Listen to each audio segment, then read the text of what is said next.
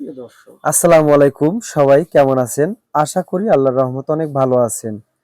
অনেক সময় যে নতুন ভাইরা আছেন ব্যারিং চেঞ্জ করেন, দেখবেন ব্যারিং চেঞ্জ করতে গিয়ে কিন্তু কয়েলটা বডি হয়ে যায়, অর্থাৎ বাতিল হয়ে যায়।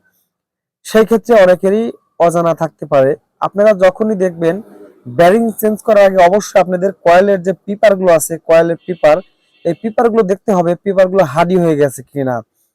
সবসময়ের জন্য কিন্তু কয়েল পুড়ে যায় না।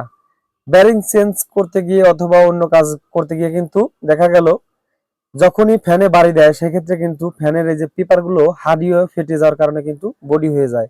বডি হয়ে গেলেই কিন্তু বাতিল বাতিল হয়ে যায়। তো আমরা যখনই ব্যারিং চেঞ্জ করব অবশ্যই আমরা ফ্যানটা বাইরে বাইরে করার আগে কিন্তু সুন্দর করে বান্ডিশ, এখানে বান্ডিশ দেওয়ার পরেই আমরা ব্যারিংটা চেঞ্জ করে দিব। আশা করি আমাদের কাজটা ওকে হবে। আপনারাও বা ব্যারিং চেঞ্জ করার আগে অবশ্যই বান্ডিশ ইউজ করবেন।